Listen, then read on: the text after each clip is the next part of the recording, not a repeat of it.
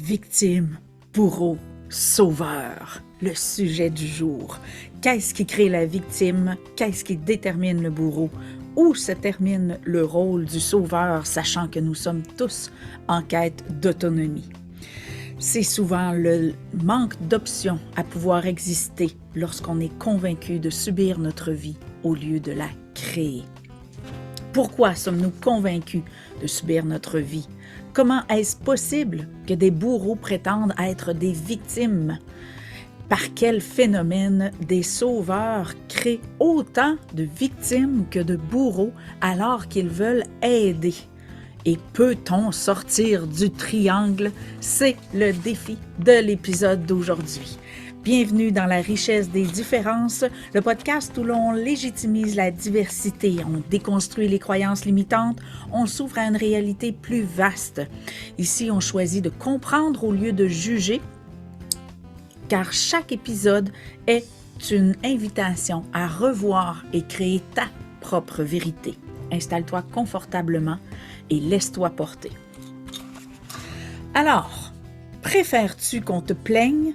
Préfères-tu être en charge des autres? Ou c'est fini tout ça et tu préfères mordre plutôt qu'être mordu?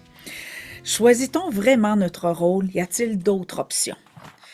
Ce triangle-là, ce fameux triangle-là, dans lequel on se retrouve, veut pas, on le choisit pas, mais un jour vient ou va venir pour toi, je ne sais pas où est-ce que tu es rendu dans ton processus d'évolution, mais il y a un jour où est-ce que tu vas te rendre compte que tout ce qu'on fait, c'est passer d'un rôle à l'autre. Et c'est comme si, à un moment donné, on n'a plus d'options, on manque d'options pour exister. Parce que ces rôles-là, que ce soit la victime, le bourreau ou le sauveur, c'est tellement facile de se retrouver dans un de ces rôles-là qu'on n'a même pas besoin ni de choisir, ni d'en être conscient. Ça se fait tout seul. C'est le mode de vie par lequel on entre en relation, les rôles se distribuent sans qu'on les choisisse et vlan, le tour est joué. Donc, ça nécessite ni présence, ni choix, ni conscience de se retrouver dans un de ces rôles-là. C'est le mode, souvent, le mode survie qui va nous amener là. Et dans l'épisode d'aujourd'hui, on va démystifier le processus de ce triangle-là parce que, oui, il y a moyen d'en sortir, là. C'est pas les trois seules options pour exister, mais souvent, soit on le sait pas, soit on ne sait pas comment en sortir. Donc, et ce qui fait que c'est si facile de tomber dans ce schéma-là, c'est que par, je sais pas moi, par un processus aussi simple qu'être un enfant, veut pas, à un moment donné ou à un autre de notre vie, on va souffrir. Que ce soit par notre incompétence, par l'humiliation, par la comparaison, par peu importe notre façon de nous juger ou de nous définir, parce que c'est le processus spontané. Quand on vient au monde, on expérimente la vie. Et qu'est-ce qui arrive, c'est qu'au bout de chaque expérience, on se définit. C'est la première étape de notre vie, c'est ça qui se passe. Pourquoi on se définit? Parce qu'on veut tout simplement exister. Donc, c'est un processus très simple et spontané qui ne demande pas de mode d'emploi, qui ne demande pas d'être enseigné. Ça se fait tout seul. Et veut pas, dans cet espace-là, où est-ce qu'un jour ou l'autre, on souffre, ben qu'est-ce qui arrive après la souffrance? Ben, on n'en veut plus. Donc, qu'est-ce qu'on fait? On devient celui qui mord au lieu d'être mordu, ou on devient celui qui protège parce qu'on dit « Ah, c'est inacceptable d'avoir vécu ça et je voudrais que personne vive ça. » Donc, pouf, l'embranchement de la victime qui veut s'en sortir et être autre chose. Donc, sortir de la victimisation parce que même si c'est très facile de se retrouver là, c'est pas plus confortable. Donc, veut pas une victime qui va activer son système de survie, naturellement et spontanément, va se retrouver à soit faire un choix conscient de devenir un protecteur, ou de devenir celui qui mord avant d'être mordu, au lieu d'être mordu, peu importe. Donc, on va se faire bourreau. Et c'est vraiment drôle parce que moi, ça a été vraiment ça. Je me suis quand je me suis fait agresser à 15 ans, je suis devenue comme, c'était comme s'il y avait un pouvoir autour de la sexualité, heu, qui me torturait dans le sens, tu sais, je pouvais rester dans le rôle de la victime, mais d'ailleurs, j'y ai trempé pendant un bon bout de temps, mais à un moment donné, heu, tu essayes de t'en sortir autant que tu peux, puis, tu te dis: «Bon, ben, OK, j'ai été, on m'a victimisé par la sexualité, mais en même temps, je suis entrée en relation par la sexualité, j'ai existé par la sexualité. Si tu as été ignoré avant ça, ben tu te dis, ben ça a l'air que c'est de même qu'on rentre en relation. Donc, je me suis retrouvée à devenir un bourreau parce que j'utilisais ma sexualité pour entrer en relation, et c'était très, très, très nocif, autant pour moi que ceux qui avaient le courage d'entrer en contact avec la bête, parce que je ne me laissais pas aimer en tant qu'individu. Je ne permets pas, je permettais pas des relations d'amitié sincères, profondes. J'étais très méfiante et j'étais très sélective. Donc, j'avais une sexualité extrêmement malsaine parce qu'elle n'était pas équilibrée, elle n'était pas basée sur quelque chose de sain. Pour moi, la sexualité, puis ça, c'est tout, c'était méga inconscient, là, on s'entend, mais pour moi, la sexualité, c'était une arme. Donc, soit on attaque ou soit on est attaqué. Et j'ai expérimenté le rôle de bourreau par la sexualité. J'ai commencé par la victime, j'ai continué par le bourreau. Et par après, ben, je suis entrée dans le sauveur aussi. Donc, j'ai expérimenté à partir d'une notion, la sexualité. J'ai expérimenté les trois postures. Fait que c'est pour ça que je te dis, c'est très facile de tourner en rond dans ce schéma-là, parce que ça se fait tout seul. On C'est même pas conscient. Là, je te raconte les choix que j'ai faits, puis les comportements que j'ai eus, mais c'était tellement inconscient, là. C'était tout le temps le manque d'options. Ce triangle-là, c'est vraiment notre système de survie. On réagit comme un animal. On réagit, la survie, c'est vraiment ça, là. Est-ce que je suis la proie ou le prédateur, le protecteur ou le protégé? Donc, c'est ce qui nous emprisonne dans le triangle de ce que les gens appellent le fameux triangle de Kapman. Donc, ce triangle-là, c'est le manque d'options et c'est ce qui s'expérimente par le biais du système de survie. Donc, le système de protection, le système de vouloir exister. Parce que même exister, c'est un processus de survie aussi, parce qu'on est là, on n'a pas besoin de preuves, on n'a pas besoin d'interaction, on est là, mais on cherche à prouver qu'on a notre place, gagner notre place, on cherche à exister, et veut pas, c'est par les relations qu'on obtient une confirmation quelconque de notre existence, et lorsqu'on se définit, à l'issue de nos expériences ou par l'accumulation d'expériences similaires, ben notre définition de nous devient aussi notre prison. Donc, lorsque on a souffert, si je reviens à la plaie de ce triangle-là, c'est la souffrance, bien sûr. Ben, lorsqu'on a souffert, on devient comme hyper vigilant, comme un chasseur, comme un prédateur. On devient hyper vigilant à ça a-tu l'air d'un attaqueur, ça a-tu l'air d'un prédateur. Donc, on devient hyper vigilant à, aux proies et aux prédateurs, aux protecteurs et aux protégés. Donc, on développe notre système de survie qui est un système de protection en tant que tel, là, si on simplifie les choses, va faire qu'on va être hyper vigilant, et cette hyper vigilance-là nous amène à reproduire le jour de la marmotte. Donc, on répète, on répète, on répète. Pourquoi? Parce que c'est la seule chose qu'on regarde. Notre focus est à regarder c'est qui le prochain qui va m'attaquer, c'est qui... Donc, on va être très, très, très... On va avoir des sens affûtés par le biais de notre souffrance précédente. Donc, c'est vraiment pas cool comme processus. Donc, la vigilance, ce que j'appelle la vigilance, c'est être à l'affût. Ça amène de la distorsion au niveau de notre émission quantique, notre corps et notre identité.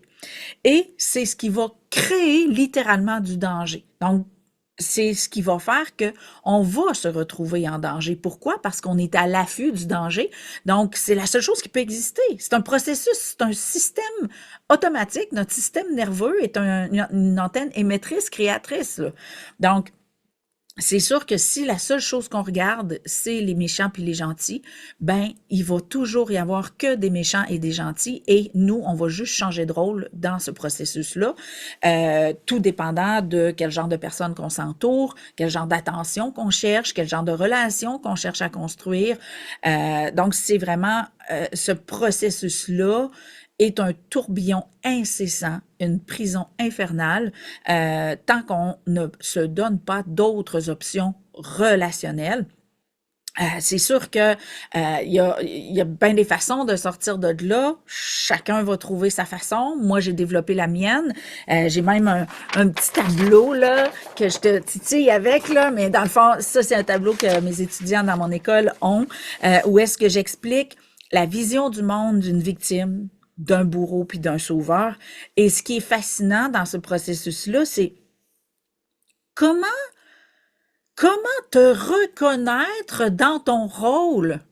Parce que on est tu sais, je me souviens, là, je me souviens à quel point que je savais pas.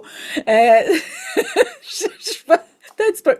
Dans le fond, quand on sort du triangle, c'est là qu'on se rend compte des rôles qu'on jouait. Mais quand on est dedans ces rôles-là, c'est très difficile de s'en rendre compte. Et c'est pour ça que un petit peu plus loin dans l'émission d'aujourd'hui, je vais te donner un petit peu des idées pour regarder de quel type de personne tu t'entoures pour être capable de te voir dans ton rôle actuel, présent, passé ou futur, parce que il y a de fortes chances que tu passes d'un à l'autre, tout dépendant de tes cercles sociaux, de ta famille, de ton couple ou peu importe. Donc, ça se peut que tu changes de posture selon ton cercle social. Mais je vais te donner des outils pour que tu puisses te voir. C'est pour ça que j'enseigne la lucidité identitaire, relationnelle et quantique. Donc, si tu te vois pas, tu peux pas savoir que tu peux être autre chose. Donc, moi, je veux t'amener à te voir. Fait que je te dirai pas ta vision du monde. Et là, ta vision du monde, ça, tu le sais. Mais de quoi tu t'entoures pour que tu puisses te voir si tu ne te vois pas, je vais y revenir un petit peu plus tard. Alors, comment moi, j'ai vécu le constat du cercle vicieux et à quel point on manque d'options. Premièrement, je te dirais, une des façons de te rendre compte, puis que moi, je m'en suis rendu compte, c'est que tant et aussi longtemps que tu crois subir ta vie, t'es dans le cercle, t'es dans le triangle. On ne mélangera pas les termes, sinon ça ne sortira pas. Donc, tant qu'on croit subir sa vie, on y reste. Pourquoi? Parce que qu'est-ce qui pourrait changer si on n'a aucun contrôle? OK? C'est parfaitement logique, mais c'est pas vrai. OK? Donc, si on est convaincu de subir notre vie, c'est sûr qu'on va être convaincu que notre vie peut pas changer. Et moi, c'est là que je veux t'amener à sortir de cette proposition slash illusion-là, parce que c'est pas cool d'être pogné là. Donc, on fait juste passer d'un rôle à l'autre spontanément, sans même s'en rendre compte, ce qui amplifie l'illusion d'impuissance à changer de vie, car les trois rôles s'expérimentent sous l'identité d'une victime. C'est ça qui est trippant. C'est que le sauveur va être entouré je vais te le dire tout de suite, là. Je voulais attendre, mais je pense que ça va t'aider à mieux comprendre la suite. D'après toi, c'est quel le meilleur? Parce que quand on se retrouve, qu'on découvre un petit peu le triangle, on se dit, ah, c'est quel le moins pire? Et on pense tous que c'est le sauveur le moins pire. Ou quand on est convaincu d'être impuissant, ben on va se réfugier dans la victimisation. C'est plus facile de déléguer la responsabilité aux autres. Mais souvent, on tend à aller vers le sauveur et on gratifie le sauveur de j'aide les gens, je veux aider les gens. Mais le processus, là, c'est que on a besoin de l'autre pour confirmer ce qu'on est. OK? Ça, c'est simple. Tu as besoin de quelqu'un d'autre pour confirmer ce que tu es. Donc, de quoi une victime a besoin dans sa vie pour exister? Elle a besoin de bourreaux. Elle a besoin de pervers narcissiques, entre autres, mes préférés. Elle a besoin de gens méchants. Elle a besoin de gens avec du prétendu pouvoir. J'aime ça utiliser le mot prétendu parce que le pouvoir est là bien parce qu'on le donne. Donc, ça veut dire quoi? Des gens au prétendu pouvoir, donc soit des gens riches, les gens qui gèrent les lois, les systèmes et tout ça. Donc, ils vont souvent subir les systèmes, les lois et tout ça. Les victimes vont aussi être entourées de sauveurs parce que ça leur permet de se plaindre et de confirmer leur statut de victime. Et ils vont être entourés aussi de gens prétendus supérieurs en tout pour pouvoir se diminuer sur un maximum de plans. Là, je le sais que c'est pas le fun à entendre. C'est pas le fun. Et je suis sûre on espère tous pas se retrouver là, mais du moment que tu t'en rends compte, tu peux commencer à sortir. Moi, c'est pour ça que je te le dis. Si tu es dans cet espace-là, tu es entouré de bourreaux, de gens qui ont du pouvoir, OK? Ce pouvoir-là, ils l'ont parce qu'on le cède inconsciemment. Donc, si tu es entouré de bourreaux, de méchants, de gens avec du prétendu pouvoir et de sauveurs, OK? Ça, les sauveurs, là, une victime est profondément agressée par les sauveurs, OK? Et même, elle ne les appellera pas des sauveurs parce que elle va les appeler des bourreaux. Mais c'est des bourreurs. Voyons, c'est des bourreurs. Les sauveurs sont vus comme des bourreaux par les victimes. Pourquoi? Parce qu'ils ont un pouvoir qu'ils ne se donnent pas eux-mêmes. OK? Donc, si tu es entouré de gens comme ça, tu es dans une posture de victime et continue d'écouter l'épisode, ben, je veux t'aider à sortir de là. Maintenant, les bourreaux. Les bourreaux, c'est des élus. C'est des élus. J'ai pas connu beaucoup de bourreaux qui se reconnaissaient comme tels. Moi, je me suis reconnue comme un bourreau, même que j'utilisais pas le mot bourreau, je me considérais comme un monstre, littéralement. Et c'est plus tard que j'ai compris que de faire de moi un monstre, parce que j'avais eu des comportements que j'estimais monstrueux. Donc, j'ai fait de moi un monstre à partir de mes comportements monstrueux. Si tu veux comprendre plus de ce que je te dis là, écoute l'épisode d'avant, là, l'épisode 11, j'en parle un petit peu. Donc, le bourreau se découvre à l'issue d'un acte et se définit. Et souvent, il va même être défini par d'autres. Donc, des fois, on se définit comme bourreau par nous-mêmes, donc soit on se conçoit comme un monstre ou peu importe, mais parfois, on va poser un geste qui était bien intentionné, mais qui va être reçu comme une attaque. Et là, c'est là qu'on nous élit, on décide, on fait de nous un bourreau, alors qu'on n'était pas conscient que notre geste pouvait faire du mal, pouvait blesser. Alors, le bourreau, c'est parfois on se définit comme un bourreau, mais parfois c'est des gens qui nous mettent sur ce trône-là pour régner. Et encore une fois, comme tous les rôles non choisis, ben ça nous rend agressifs, ça nous agresse, ça nourrit l'impuissance. Et ça donne beaucoup d'émotions. Donc, quand tu es émotif, donc quand tu as de l'hyper-émotivité, c'est qu'on t'a donné un rôle, soit les gens ou toi-même, spontanément sans t'en rendre compte. Donc, tu t'es retrouvé dans un rôle avec lequel tu n'es pas d'accord d'avoir ce rôle-là. Donc, ça va donner beaucoup d'émotivité.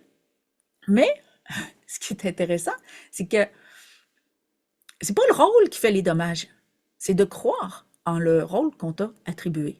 Que ce soit toi qui te l'as attribué ou que ce soit quelqu'un d'autre, c'est pas qu'on te colle l'étiquette, mais c'est que tu mettes du duct tape par-dessus puis que tu choisisses d'y croire. C'est ça qui fait des dommages. Donc, le bourreau. Là, je te donne de quoi sont entourés les bourreaux pour que tu sois capable de te voir si tu es dans cette posture-là, que tu l'aies choisi ou non, que ce soit conscient ou pas, c'est pas important, là, OK? Moi, je veux que tu te vois si tu es dans cette posture-là. Donc, un bourreau, c'est entouré premièrement de victimes, OK?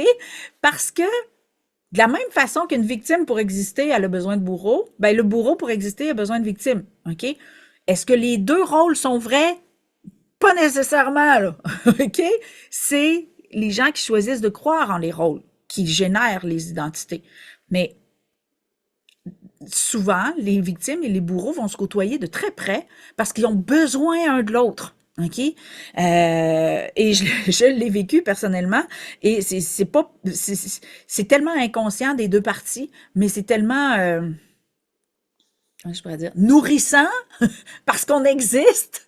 Donc, la victime, elle veut exister, elle veut pas mourir, personne veut mourir. Donc, la victime, elle veut exister. Le bourreau veut exister, qu'il le soit ou pas, parce que c'est une forme existentielle et peut-être qu'il n'y a pas d'autre option.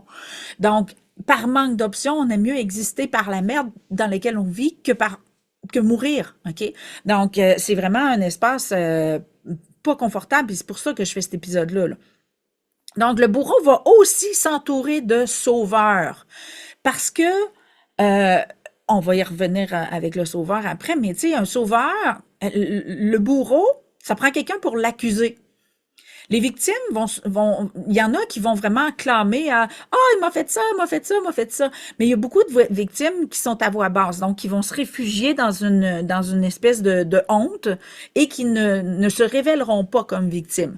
Donc les sauveurs vont arriver patte aux fesses, comme dirait mon chum, vont arriver en courant pour aller sauver les victimes muettes, dénoncer les bourreaux. Donc, les victimes et les bourreaux s'entourent de sauveurs par le fait même. OK? Donc, c'est vraiment... donc, c'est ce que si tu es entouré de sauveurs, ben, tu es soit une victime ou un bourreau, c'est à toi de te voir.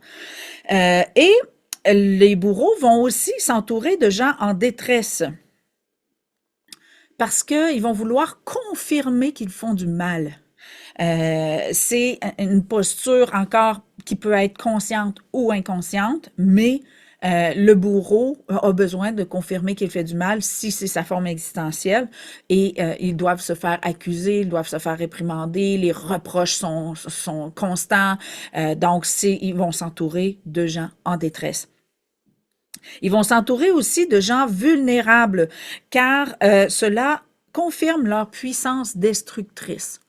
Donc, c'est vraiment le bourreau.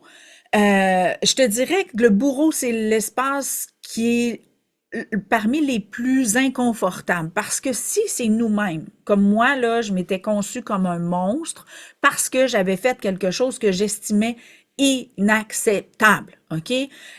Puis plus qu'une fois, là, OK, j'avais fait des choses épouvantables. C'est sûr, mon lien relationnel le plus solide que j'avais dans mon ancienne vie, c'était la culpabilité.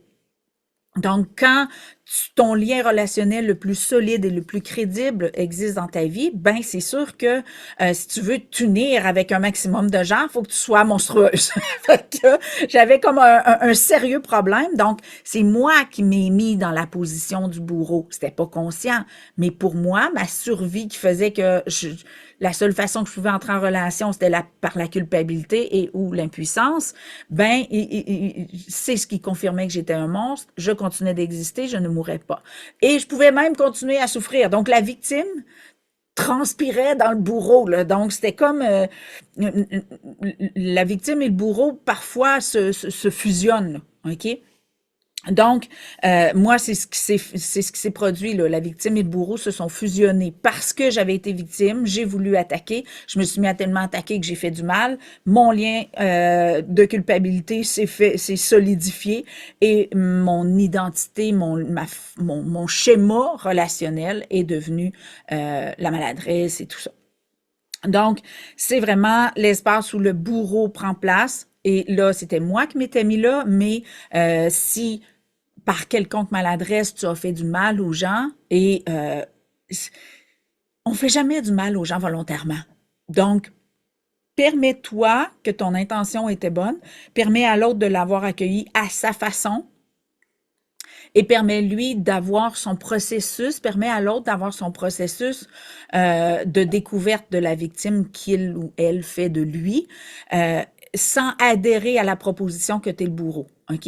À moins que vraiment tu aies fait quelque chose euh, sans savoir avant que c'était quelque chose qui faisait du mal, genre, euh, puis que là, tu aurais là, tu as réalisé que tu as fait du mal. Mais tu sais, on fait jamais du mal volontairement.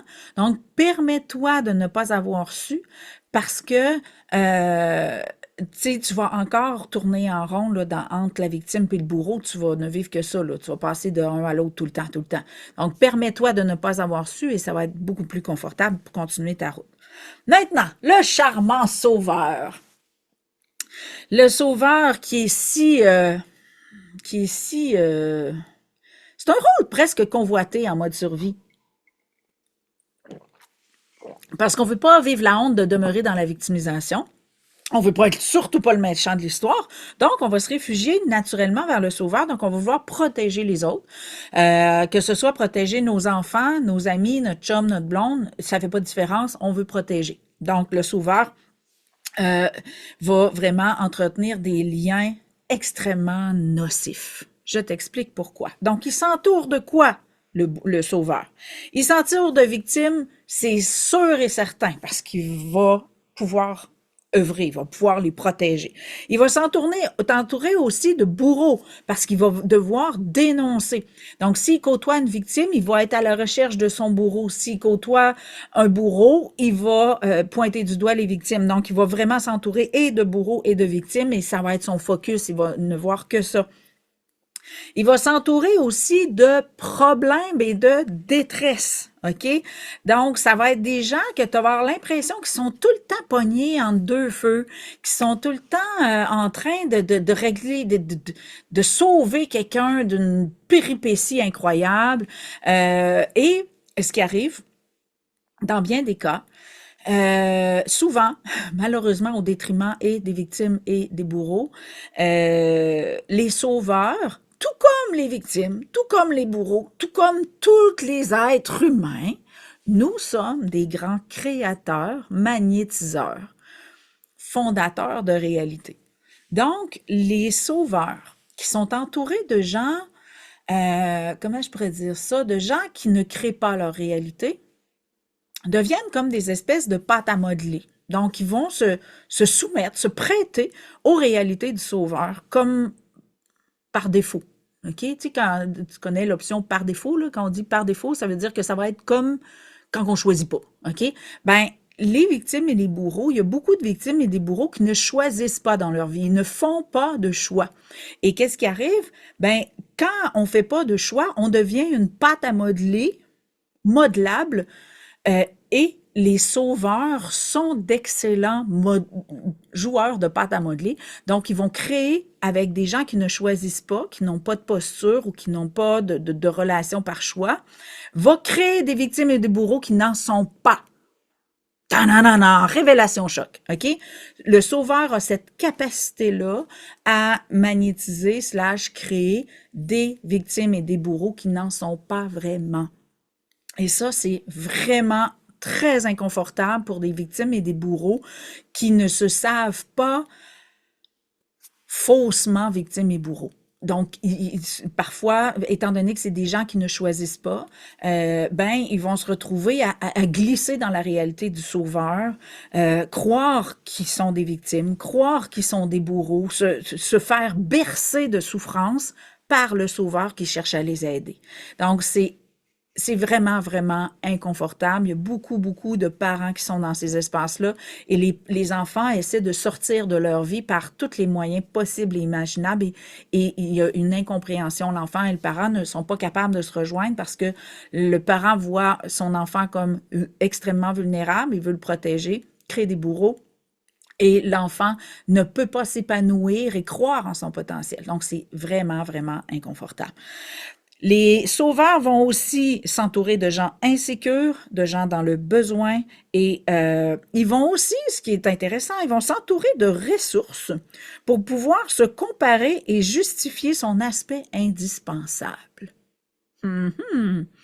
Et oui, les sauveurs vont avoir un cercle social très varié parce que ils se conçoivent comme une ressource et ils vont se faire ambassadeurs des problèmes, mais aussi de comparatifs. Donc, c'est un petit tableau super trippant que j'ai offert à mes étudiants dans mon école, qui explique aussi comment on voit le monde et tout ça, mais je voulais vraiment amener juste comment on est entouré pour te permettre de te voir, OK?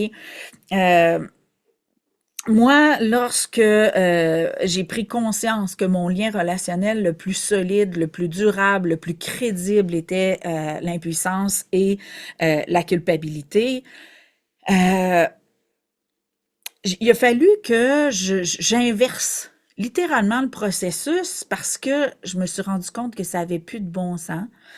Euh, Parce que c'est comme, j'avais pas le choix de m'entourer de gens malheureux ou en détresse.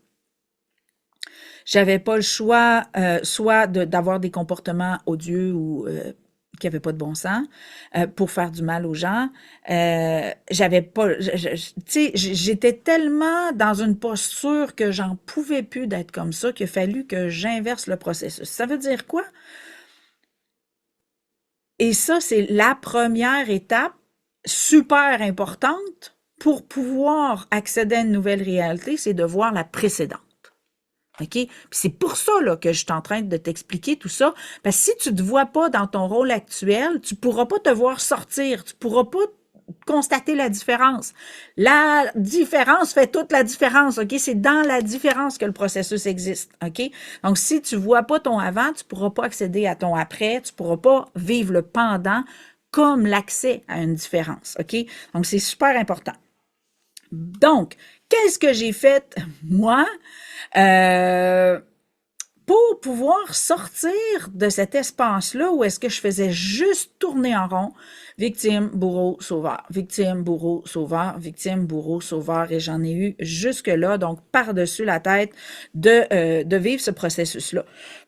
Donc, j'ai choisi comment j'ai fait mon processus transitoire. J'en ai déjà parlé dans un autre épisode. J'ai premièrement semé du doute dans ma réalité, OK? Le doute est l'ingrédient essentiel à toute transformation. Si tu es convaincu ou convaincu de quoi que ce soit, t'es dans le caca, OK? Donc, première étape, tu dois douter de toi. Puis là, on dit, ben voyons, je peux pas douter, j'ai besoin de ma confiance. Douter, là, ça veut dire, est-ce que je suis vraiment ce que je suis? OK? Parce que dans mon premier livre, dans Confetti ta vie, j'explique comment je suis passée de victime à héros dans mon processus par rapport à l'agression sexuelle. Puis si j'avais pas douté de moi, j'aurais pas pu changer d'identité, j'aurais pas pu changer de rôle dans l'histoire de ma vie. Il fallait que je doute, OK? Donc, comment arriver à douter suffisamment pour pouvoir faire de toi autre chose? Parce que peu importe ce que tu crois que tu es, tu te souviens, j'en ai parlé dans plusieurs épisodes, un ego. Donc, l'ego, c'est ce que tu crois que tu es dans un contexte ou une relation spécifique. Parce qu'on en a plein d'égos, OK? Tu n'es pas la même personne avec ton chum, avec ta mère, avec ton employeur. Donc, tu as plein d'égos actifs. Et c'est ce que tu crois que tu es au sein d'une relation. Si tu n'arrives pas à douter de ton rôle, donc de ton identité, de ton ego, de ta définition de toi, si tu n'arrives pas à douter suffisamment, tu ne pourras jamais être autre chose. OK? Fait que c'est pour ça que le doute est ton espace de création par excellence. OK? Premièrement, donc, qu'est-ce que j'ai fait moi?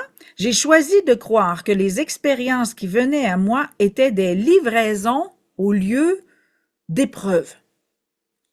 Qu'est-ce que ça veut dire ça? C'est quoi des livraisons?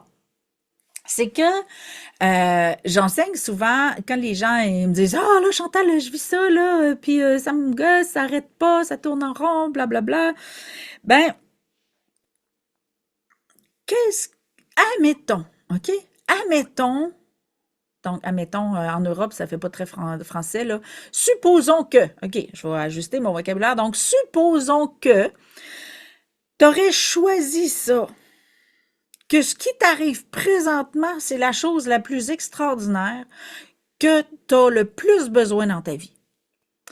Et c'est vraiment drôle parce que, tu sais, souvent quand je parle de mon agression sexuelle, euh, je dis à quel point c'est une des plus belles et grandes expériences de ma vie parce que oui, c'est celle par laquelle je me suis remis en question. C'est celle par laquelle j'ai découvert qu'on pouvait changer de rôle dans l'histoire de notre vie. Puis comment ça s'est fait, ce processus-là? C'est que c'était en 2016 que j'ai commencé à apprendre à vivre au présent. J'en pouvais plus, mon corps était en train de lâcher de toute façon avec la médication, la souffrance, la constipation. Mon corps était complètement fini. Puis j'ai commencé à lire, ben, j'avais lu le livre de Eckhart Tolle, Le pouvoir du moment présent. J'avais lu quelques livres, mais surtout à m'entraîner à vivre dans maintenant. Je me suis mis à me réveiller la nuit et j'écrivais et j'avais un, je lis pas, deux, j'écris pas.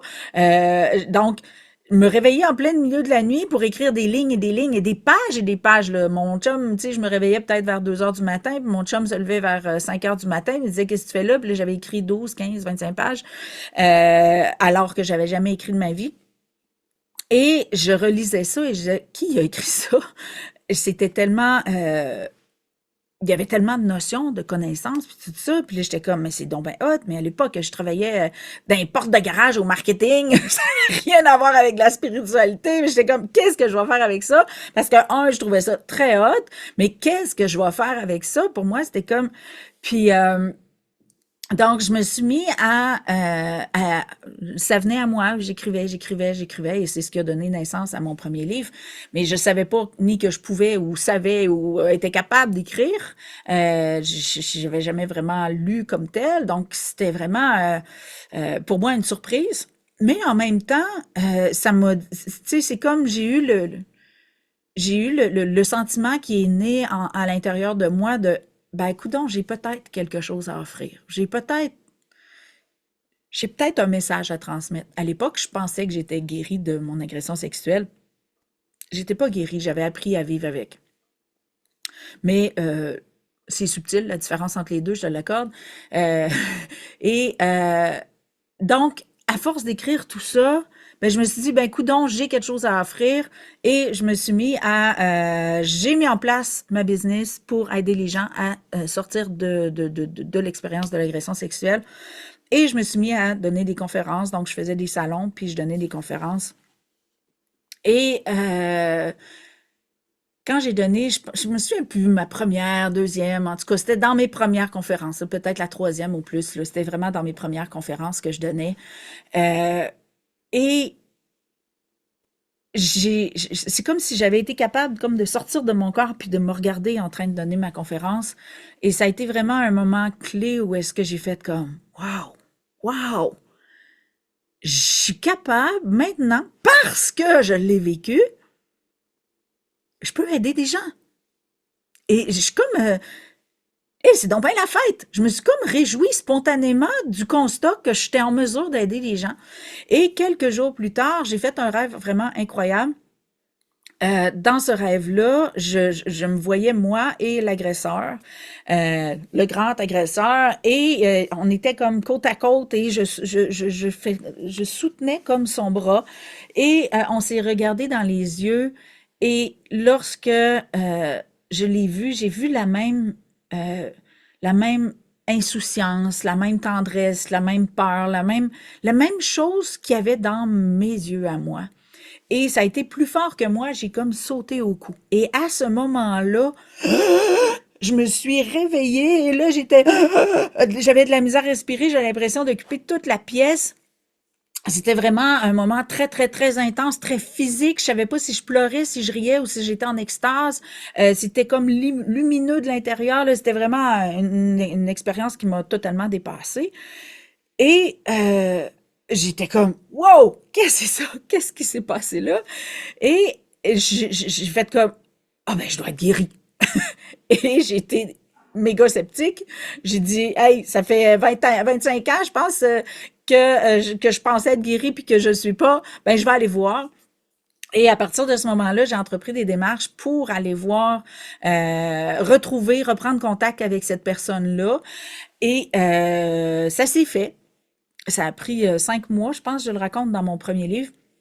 Ça a pris 5 mois avant du moment que j'ai pris contact puis qu'on se revoit. Et c'est un moment que je vais me rappeler toute ma vie. Et chaque fois que je le raconte, je le revis avec une intensité incroyable. Lorsque il est arrivé au restaurant, on s'était donné rendez-vous à un restaurant. Et lorsqu'il est arrivé au restaurant, j'étais comme un enfant qui vient d'avoir un chien pour Noël, là. Tu sais, j'étais tellement palpitée, donc je revivais le même moment que j'avais vécu dans mon rêve, mais là, il était en vrai devant moi, et là, ça a été plus fort que moi, j'ai sauté au cou, et là, je serrais tellement fort, puis là, je disais merci, merci, merci, puis là, j'essayais de reprendre mon souffle, j'étais un peu, là, j'ai repris mon souffle, et j'ai ressauté au cou, et j'ai dit merci d'être là. Parce que, parce que, pour la première fois en 25, 28 ans, je me rappelle plus exact, je ne me sentais pas petite comme ça, tout petite là, 1 pouce de haut. Je me sentais pas minable. Et j'avais l'occasion de ne pas me sentir minable à côté de quelqu'un qui m'avait fait sentir minable. Donc, pour moi, ça a été l'espace où j'ai pu toucher à comment je peux ne plus être minable? Comment je peux changer de forme? Comment, dans la même relation avec les deux mêmes personnes, j'ai pu me sentir aussi minable et aujourd'hui aussi extasionnée, ou je sais pas trop quel mot utiliser, mais j'étais tellement dans une extase incroyable, justement parce que je me sentais plus minable. Comment je pouvais passer d'un espace à l'autre? Et c'est ça qui m'a vraiment rentré à l'intérieur de moi. J'ai fait comme, c'est juste parce que j'en suis plus convaincue. À l'époque, c'est pas comme ça que je l'ai vécu. Aujourd'hui, je te le raconte. Mais ça a été, tu sais, ça, c'est en 2018 que j'ai vécu cette expérience-là. Où est-ce que je l'ai revu? C'est en 2018. Et depuis, l'expérience a tellement pris de l'ampleur parce qu'en ayant changé de rôle dans cette histoire-là, ça a pris de l'ampleur, là. J'ai conscientisé tellement de choses, dont, par exemple, que je suis sortie de mon corps lors de l'agression. Et ça, c'est quelque chose que je savais pas que je faisais. Mais aujourd'hui, je sais que non seulement je suis sortie de mon corps à ce moment-là, mais j'étais une délinquante parce que je sortais de mon corps très souvent, mais c'est par après que je l'ai conscientisé. Donc, c'est toutes des choses que si j'avais pas accepté de changer de rôle et que je m'étais enfermée dans la victime que je croyais être, j'aurais pas pu toucher au potentiel de l'expérience. J'aurais pas pu m'enrichir de l'expérience. Et ça a nécessité que je doute suffisamment. Donc, oui, j'étais une victime d'agression. J'ai fait le choix de me dire, ben, coudonc, ça a l'air que j'ai quelque chose à offrir. J'ai décidé d'offrir quelque chose. Je me suis vue comme une personne ressource. Donc, j'ai changé de rôle dans l'histoire de ma vie et mon expérience s'est transformée. Donc, cet espace-là a été vraiment, pour moi, d'une révélation incroyable qui a ouvert à me donner accès à toute la richesse de l'expérience. Parce que quand je dis la richesse des différences, c'est que ça fait la différence. Qu'est-ce qui a fait la différence dans mon expérience? C'est de douter. De douter de mon rôle, de douter de son rôle, de douter de notre relation, de douter de l'expérience, qui a permis qu'il y ait de la place pour que ça fleurisse et que ça devienne une expérience extraordinairement florissante, enrichissante pour moi. Et c'était vraiment drôle parce que tu sais, quand on s'est revus, on a passé par, je pense, 2 heures et demie à jaser. Euh, donc, je lui racontais comment j'avais vécu le avant, pendant, après. Il m'a raconté comment il avait vécu son avant, pendant, après. Et on se rendait compte que nos histoires étaient complètement différentes. Euh, mais ce qui était intéressant aussi, c'est que on s'est rendu compte qu'on était tous les deux en perte de contrôle, que c'est des animaux qui se sont côtoyés dans cet espace-là. C'était une enfant naïve, mais une femelle qui avait été choisie. Donc, il y a plein de choses qui ont été mises en lumière, dont le moment où je suis sortie de mon corps. Euh, et j'ai demandé, tu t'es-tu rendu compte que je suis sortie de mon corps? Et il me dit, quand même que je m'en serais rendu. Il dit, j'étais pas assez là pour me rendre compte de quoi que ce soit. Donc, même lui était conscient de son niveau d'absence, malgré, tu sais, qu'il était pas très dans la spiritualité comme telle, mais il se rendait compte qu'il était pas lui-même live. Donc, ça a été vraiment super intéressant là, de vivre cette conversation-là. Ça m'a tellement amené un gros wow dans ma vie. Et j'étais encore plus capable d'aider des gens à pouvoir changer de rôle dans cette histoire-là. Donc, ça a été, tu sais, cette expérience-là, j'arrête jamais d'en parler parce que tout dépendant de ce que j'ai à amener comme notion, cette expérience-là est tellement riche sur tellement de niveaux, sur tellement de plans relationnels, identitaires, que ça peut pas faire autrement que j'en parle souvent. Même je me tombe ses nerfs des fois, bon, encore. Mais il y a tellement de choses dans cette expérience-là que je ne voudrais pas me priver, mais que trop de gens se privent parce qu'ils ne doutent pas assez qu'il y a un cadeau, il y a un bénéfice à aller chercher en toute expérience, et ça, je le dirai jamais assez. Donc, même dans une expérience comme ça, il y avait tellement de cadeaux, il y en avait pas un, là, il y en avait plein, dont ma connaissance de moi, d'apprendre à m'aimer dans ma vulnérabilité, d'apprendre à m'aimer dans ma vulnérabilité, dans mon innocence, dans ma, tu sais, j'étais tellement, j'avais tellement pas d'instinct de survie, j'avais pas d'instinct de protection, je fonçais tête baissée partout. Donc, tu sais, ça m'a aidé à me repositionner sur tellement de choses. Mais si j'avais pas permis que ce soit un outil de connaissance de moi, que ce soit un outil d'évolution, ben, je me serais limitée à mourir victime de l'expérience et, je sais pas, ça me tentait pas. J'avais envie de me donner des options, comme je dis toujours. Donc, deuxième, je suis entrée en contact avec mon pouvoir de création et j'ai pu enfin créer du chocolat au lieu de du caca. Euh, oui, parce que si je regarde la Chantal que j'étais juste avant, là, admettons la veille de l'agression, cette femme-là était, ben cette femme-là, cette adolescente-là, j'avais 15 ans, là. Donc, cette adolescence-là, elle était convaincue qu'elle séduirait jamais d'homme parce que j'avais pratiquement pas de seins. Elle était convaincue que personne s'intéressait à elle. Donc, que j'étais... que j'étais un fantôme, dans le fond. J'étais convaincue de pas exister. Donc, sens-tu que je me suis magnétisée, en quelque sorte, la preuve du contraire, parce qu'on n'est jamais un fantôme, sauf quand on est convaincu de l'être. Puis, de m'être livré quelqu'un qui m'a vu, quelqu'un qui m'a détrompé dans mon manque de pouvoir de séduction ou peu importe. Et c'est vraiment drôle, hein, parce que j'ai revu beaucoup de mes amis du secondaire et tu sais, il y en a qui se sont vraiment révélés. Hey, j'étais en amour avec toi. Ah, j'étais fascinée. Ton sourire était incroyable. Tu m'inspirais. J'ai eu plein de déclarations alors que je pensais être un fantôme.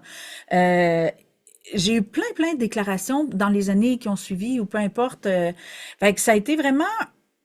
J'étais convaincue d'être un fantôme, mais je l'étais tellement pas. Puis il y a plein de gens qui étaient amoureux de moi ou qui voulaient être mes amis. Puis je, je, je l'avais pas vu. Quand on est convaincu de quelque chose, on voit pas d'autre chose. Et c'est pour ça que je suis devenue enseignante de lucidité, parce que c'est tellement facile de ne pas voir ce qu'on sait pas qui existe et ce qu'on est convaincu qui n'existe pas, là. C'est possible de voir quelque chose qu'on est convaincu qui n'existe pas. Donc, comment on peut arriver à voir quelque chose qu'on conçoit pas comme possible? Ça nécessite mon ingrédient secret, le doute. OK? Donc, souviens-toi, ça fait drôle à dire, là, mais souviens-toi de douter. OK? Que de douter de ta. Je dis pas de douter de toi. OK? Il y a une nuance super importante, là. Souviens-toi de douter de ta conception de toi. OK? Une conception, ça veut dire tu te conçois comme. Tu t'es collé une identité, tu t'es défini comme. OK? Donc, souviens-toi de douter de ta conception de toi pour t'ouvrir le champ des possibilités à pouvoir être et expérimenter autre chose. Donc, le doute, là, pour moi, c'est mon ingrédient secret par excellence pour amener des changements dans ta réalité, dans ta vie, dans tes relations. Donc, je te donne la question spring à te poser à toi pour te permettre de semer le doute dans ta réalité. Alors, la question clé, c'est si cette expérience est exactement ce que j'ai besoin, comment puis-je l'utiliser pour me faire du bien? Et ça, c'est vraiment drôle parce que tu sais, quand tu vis de culpabilité, veux pas, tout ce que les gens te disent, c'est des reproches. OK? J'étais vraiment malade mentale, là. C'était pas des blagues. Donc, on a cette capacité-là à interpréter des paroles, transformer des paroles. Tu sais, on est capable d'interpréter des regards. Ben, on est aussi capable d'interpréter des paroles et de transformer tout.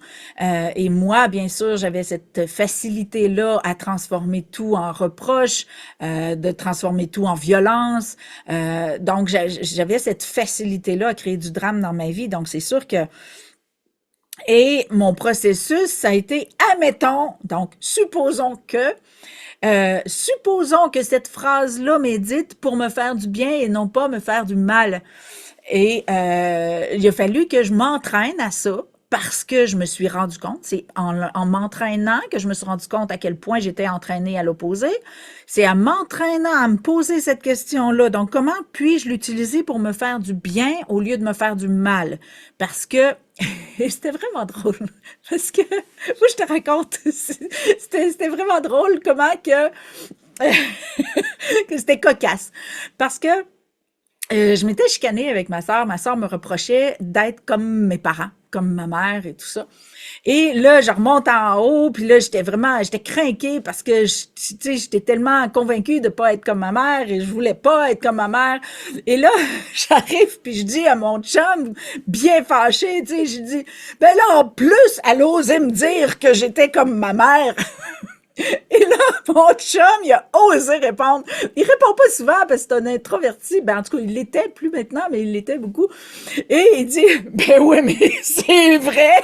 Et là, les fils sont touchés. J'ai littéralement disjoncté. Et là, j'ai dit, bon, OK. Mon chum, il est pas fou, il est pas stupide. Puis, tu sais, ça faisait, je sais pas, moi, peut-être 15 ans qu'on était ensemble, je sais plus. Puis, fait que là, je fais comme, OK, avant de le frapper, je vais descendre en bas. Et là, je me mets à justement m'entraîner à utiliser cette phrase-là. Comment cette phrase-là peut me faire du bien au lieu de me faire du mal? Et je mijotais la phrase et je mijotais la phrase pour enfin me rendre compte que oui, j'étais comme ma mère. J'avais tendance à transformer les choses et j'avais cette aptitude, cette facilité à me faire du mal avec tout ce que je pouvais entendre, tout ce qu'on pouvait me faire. Et là, quand je l'ai réalisé, j'ai dit, ah ben, tabarnouche. Et donc, je suis remontée voir mon chum et je me suis dit, comment, attends, faut que je me rappelle de la phrase parce qu'elle était vraiment, parce que on sait que les réponses sont tout le temps dans les questions quand la question est bien formulée. Et j'avais cette notion-là, ben, j'avais déjà pris une formation en PNL, puis je savais que si j'arrivais à formuler ma question comme il faut, ma réponse serait dedans. Et, ah, c'est ça, la question, ça a été, avant que je me c'est ça, je vais remonter à voir mon chum et je vais lui demander, avant que je me fasse du mal avec ce que tu viens de me dire, en quoi tu trouves que je suis comme ma mère?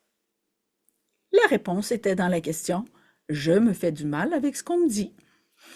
Donc, quand je suis remontée dire ça à mon chum, puis qu'il m'a répondu qu'est-ce qu'il voyait, puis tout ça, tu sais, ça m'a tellement été bénéfique. Mais c'est sûr que ça m'a réactivé émotionnellement. Et pourquoi ça m'a réactivé émotionnellement? Parce que je ne me voyais pas.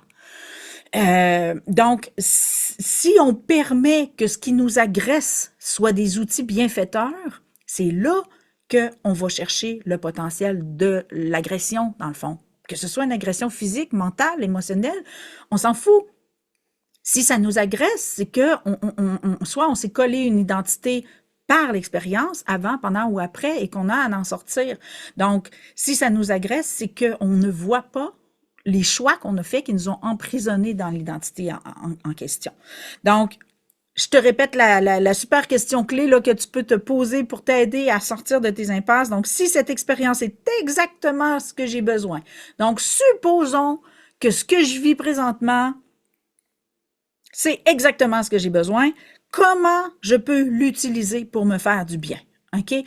Donc, c'est vraiment à partir de cette question-là, là, tu vas pouvoir commencer à emboîter un processus, donc t'entraîner à sortir du triangle. OK? Donc, c'est vraiment une question vraiment super. Donc, je te donne un petit devoir ou un petit exercice à faire pour t'aider aussi à sortir de cet espace-là pour mieux te voir, puis sortir de ça. Donc, tu pourras le faire tout seul avec toi-même, peu importe quand tu voudras. Donc, laquelle de mes expériences m'a valu le plus d'attention ou a nourri ma confiance ou ma valorisation? Ça, c'est vraiment le piège. Donc, pour sortir des pièges identitaires et relationnels, parce qu'on cherche à exister. OK? Donc, pourquoi je te donne ce petit incitatif d'intégration-là? C'est pour te voir au maximum. OK? Je te donne un exemple. Je ne sais pas, moi, tu as fait un exposé oral à l'école et les enfants ont tous ri. OK? Donc, tu t'es infligé l'humiliation. Tu as présumé de pourquoi ils riaient. Peut-être qu'ils te trouvaient juste drôle, peut-être que... Peu importe. OK? Donc, c'est sûr qu'on interprète. OK? Donc, à partir de là, c'est sûr que tu avais plein de monde qui te regardait et tu t'es senti petite ou petit comme ça. Donc, tu as existé en tabarnouche là, dans ce moment-là. Et tu as existé pourquoi? Parce que tu avais une grosse crispation, une grosse densité dans ton corps. Donc, ton âme et ton ego existaient vraiment. C'était vrai. Tu étais tellement dense, tu étais comme une table, donc tu étais vraiment dense, donc tu existais vraiment. Les espaces à haute densité, les espaces les plus honteux sont très denses, c'est très souffrant. C'est pour ça qu'on s'en rappelle longtemps. Je l'ai expliqué là, dans Sensibilité, dans l'épisode sur la sensibilité, qui était l'épisode sensibilité, l'épisode 4. OK? Donc, je parlais de la sensibilité et tout ça. Donc, les espaces de très honteux, c'est de la haute densité, ça rend la réalité très crédible. OK? Et on se définit beaucoup. Donc, dans ces espaces-là, c'est là qu'on a existé à plein, OK? Donc, si tu es capable d'aller dans tes espaces où est-ce que tu as existé tout plein, que ce soit parce que tu as eu beaucoup d'attention, soit par beaucoup de monde ou de quelqu'un avec intensité, soit parce que tu as nourri ta confiance. Ça veut dire quoi? Tu as vécu une épreuve épouvantable, puis tu as réussi à t'en relever, puis tu as existé. Au bout, tu t'es valorisé par ta capacité à sortir de la merde. Donc, ta confiance et ta valorisation vont souvent se développer. Tu vas exister par ta capacité à te sortir de la merde. Donc, ça, c'est des pièges qui vont faire que comment tu peux continuer d'exister comme une personne haute à se sortir de la merde si tu n'as pas de marde? Donc, tu dois trouver un autre espace de valorisation. Donc, nos espaces par lesquels on cherche à exister, qui étaient dans notre ancienne vie, parce qu'à partir d'aujourd'hui, ta vie change, là, c'est sûr. Donc, les espaces par lesquels tu as le plus existé, donc soit tu as eu de l'attention, soit tu as eu de la honte, soit tu as développé ta confiance ou ta valorisation, c'est des espaces qui exigent le avant. Donc, si tu veux vivre d'autres avant que de la marde pour te valoriser, trouve quelque chose pour te valoriser sans avoir de la marde. OK? C'est aussi simple que ça. Donc, pour sortir des pièges identitaires et relationnels, cherche par quoi tu veux exister et crée-le. Dans mon école, Confetti ta vie, dans le processus qui se vit là, dans tout le programme au complet, c'est vraiment ce que je t'amène à faire, c'est à te voir donc c'est pour ça que c'est de la lucidité identitaire relationnelle, je t'amène à te voir dans ton processus identitaire et relationnel et à te mettre au monde sous une nouvelle forme. Ça se fait pas en claquant des doigts, mais tu es très bien accompagné dans le programme, puis de toute façon, moi, je suis là toutes les 2 semaines, là, donc tu n'es pas tout seul pour le faire, mais c'est vraiment ça. Donc, moi, aujourd'hui, ce que je veux que tu fasses, c'est que tu te vois, que ce soit parce que tu es prisonnier, prisonnière du triangle victime, bourreau, sauveur, soit parce que tu t'es défini et tu es prisonnier parce que tu manques d'options pour te définir ou pour exister sous une autre forme. Donc, je veux que tu te vois et que tu saches qu'il n'y aura jamais trop de doutes dans ta vie, mais en plus, si tu n'es pas confortable, et ouvre le champ des possibilités. Donc, sous quelle forme tu pourrais exister? Sous quelle forme tu aurais pu exister? OK? Parce que souvent, avant d'être capable de créer, on est comme, on se retrouve à pas avoir le choix de jouer dans notre passé, là. Tu sais, on se ramasse à être obligé de jouer dans notre boîte de notre passé, puis c'est pas le fun. Parce qu'on n'a pas encore appris à créer, puis on a de la misère à croire qu'il y a d'autres choses qui peuvent exister. Donc, à défaut d'être capable d'apprendre à créer, si tu veux apprendre bien à mon école, ça va être plus simple, mais à défaut d'être capable de créer, si tu n'as pas le choix de jouer dans la boîte, ben, rouvre les hypothèses, donc en jouant dans ta boîte de ton passé, rouvre l'hypothèse que c'était des cadeaux, que tu en avais besoin. Quel besoin t'as comblé par l'expérience? Quelle limite t'as découvert? Quelle partie de toi t'as eu à t'aimer? Tu sais, comme moi, dans l'agression sexuelle, j'ai eu à m'aimer dans ma vulnérabilité, mon insouciance, ma naïveté. Tu sais, j'ai eu à apprendre à m'aimer là-dedans, là. Et c'est par là que j'ai accédé à mon extase que j'ai vécu pendant la nuit, là. Je me suis aimée dans ma naïveté, je me suis aimée dans mon innocence. Et c'est ce qui a fait que j'ai pu transformer mon expérience parce que la réalité part du corps. Donc, d'arriver à générer un nouveau mouvement, c'est ce qui a fait la transformation. Donc, si t'es pas capable de créer puis de croire en quelque chose de nouveau qui peut naître, ben recrée-toi dans ton passé, puis au moins ça va te permettre d'aller chercher des richesses insoupçonnées parce que tu vas pouvoir te rendre compte que t'as pas juste vécu de la merde, t'as vécu des expériences qui t'ont donné l'occasion d'apprendre à t'aimer, d'apprendre à te connaître, et ça, c'est vraiment un processus qui se vit pas mal dans l'inconfort, là, parce que, tu sais, quand on découvre nos limites, ben, on les découvre dans une surprise, dans une maladresse. Quand on découvre nos besoins, on aimerait ça pas les avoir. Tu sais, c'est pas des zones confortables, là, de découvrir, d'apprendre à se connaître dans nos besoins, nos limites. Donc, c'est inconfortable par défaut, mais si on permet pas que ce soit bénéfique, ben c'est là qu'on tombe dans un schéma où on a l'impression de subir notre vie, puis qu'on reste dans la victimisation. Et que, veut pas, à un moment donné, on va passer vers le bourreau ou le sauveur, inévitablement, parce qu'on n'en pourra plus d'être la victime de notre vie. Donc, si tu veux sortir du triangle, tu dois permettre le bénéfice en toute expérience. Alors, je vais prendre une petite gorgée d'eau avant de terminer tout ça avec notre super mantra. Je sais pas si t'es content, là, ou content ou contente là, que j'aille intégrer là, depuis déjà depuis l'épisode 9, que j'intègre des mantras à la fin des épisodes. Tu peux me laisser un commentaire sous la vidéo ou peu importe, je sais pas de où est-ce que tu l'écoutes ou sur mon formulaire là, sur mon site web, sur richessesdesdiférences.ca. Laisse-moi un commentaire si tu es content ou contente que j'intègre des mantras maintenant dans la série de podcasts. Parce que depuis l'épisode 9 et jusqu'à temps que j'arrête de faire des podcasts, si j'arrête, j'ai des mantras à la fin qui permet l'intégration de ce qui a été enseigné dans le podcast, dans l'épisode. Alors, c'est le moment de sortir ton crayon pour prendre en note. Ouais, il était quand même assez long le mantra, mais il fait du bien, tu vas voir. Donc, je choisis de découvrir le créateur que je suis en m'abandonnant à la réalité que toutes mes expériences révèlent des œuvres divines de ma création. Je me réjouis de pouvoir me combler. Qu'est-ce que ça veut dire, ça? Je vais te l'expliquer avant de le répéter. C'est que si tu n'es pas capable de voir que tu t'es livré tes expériences du passé parce que ça te comblait d'une façon quelconque, tu ne seras jamais capable de croire que tu es capable de créer quoi que ce soit. C'est comme enlever ses toiles à un peintre, OK? Donc, tu dois permettre que ton passé soit des œuvres que tu as créées sans savoir que tu créais, sans savoir que tu pouvais créer, mais tu t'es livré ce que tu avais besoin, OK? Pour sortir de ton illusion, pour sortir de tes croyances limitantes, pour sortir de tes peurs, peu importe.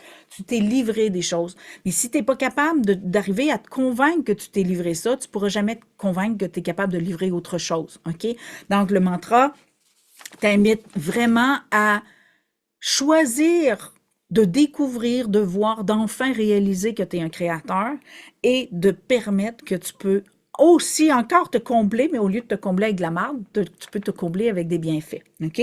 Donc, je répète, Le mantra, je choisis de découvrir le créateur que je suis en m'abandonnant à la réalité que toutes mes expériences révèlent des œuvres divines de ma création.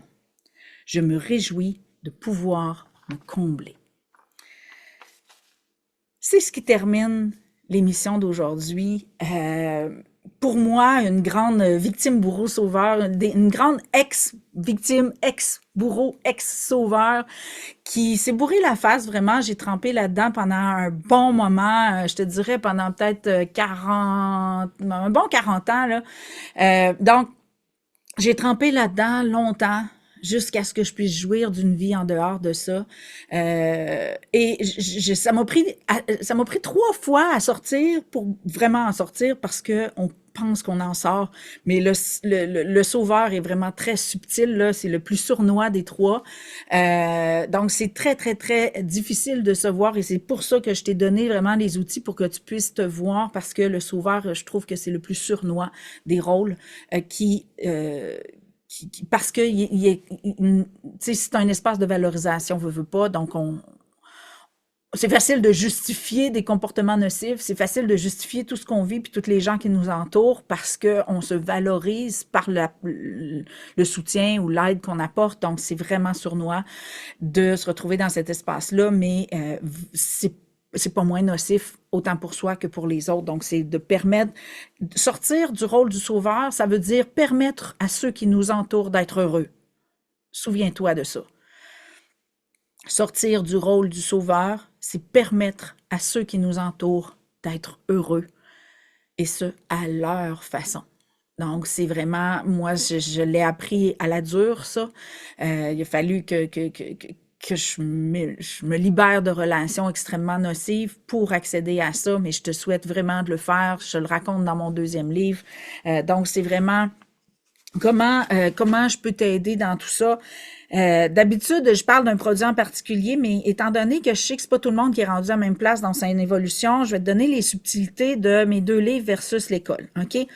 Confetti ta vie, qui est mon premier livre qui est sorti en 2019, lui, il va t'amener à vivre l'expérience de changer de rôle dans l'histoire de ta vie. Il va t'apprendre comment le faire, OK? Donc, j'ai un processus très simple, très simplifié, puis très... tu sais, j'ai eu vraiment des bons commentaires. Les gens m'ont dit, ton livre a changé ma vie. Et c'était beaucoup des victimes qui sont venues me dire ça parce qu'ils étaient très prisonniers dans un espace de vulnérabilité. Donc, Confetti, c'est vraiment un livre qui apprend à changer de rôle dans l'histoire de notre vie. Je raconte comment je suis sortie de la maladie mentale, les tentatives de suicide de mes proches et l'agression sexuelle. Mon 2e livre, Et si Dieu était matière, lui qui est sorti en 2022 au Québec, en 2023 en Europe, ça, c'est l'initiation à la création. Donc, tu vas vraiment goûter à l'aspect multidimensionnel de l'humain. C'est, tu vas vraiment plus comprendre comment les égos naissent, comment on fuit. Tu vas comprendre les segments de l'activité mentale. Donc, tu vas vraiment comprendre c'est quoi un humain dans son essence avant d'être quelqu'un. Et ça va t'initier aux outils de création. Donc, tu vas pouvoir comprendre comment créer. Et mon école, dans le fond, qui est comme mon livre Et si Dieu était matière, mais dans la version, dans toute sa splendeur, là, tu sais, c'est un programme quand même dans 12 modules qui se vit à peu près en 12 mois.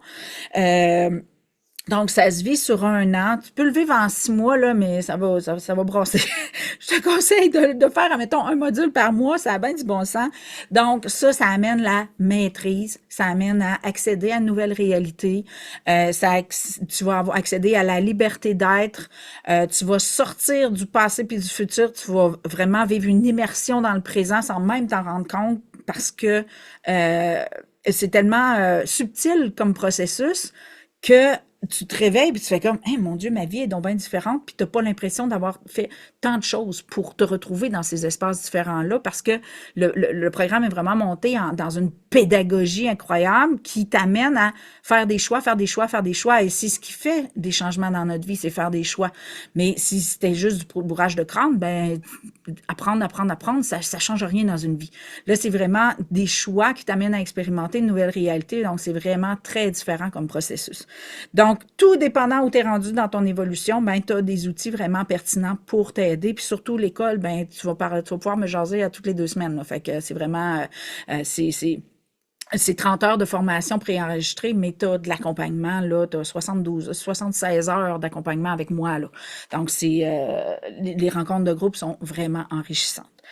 Et tu n'as rien de ce qui est tu sais, dans le podcast est complémentaire. J'ai tout dit à mes étudiants, écoutez les podcasts parce que c'est du surplus, là. C'est du nanane, c'est du fromage.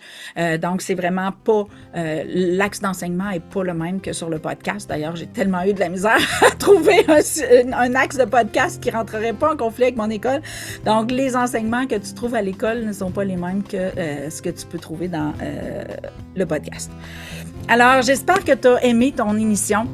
Je t'invite à mettre des petits pouces, à liker. Je ne sais pas si tu écoutes sur YouTube, Spotify ou sur Ocha ou peu importe, ou directement sur mon site web.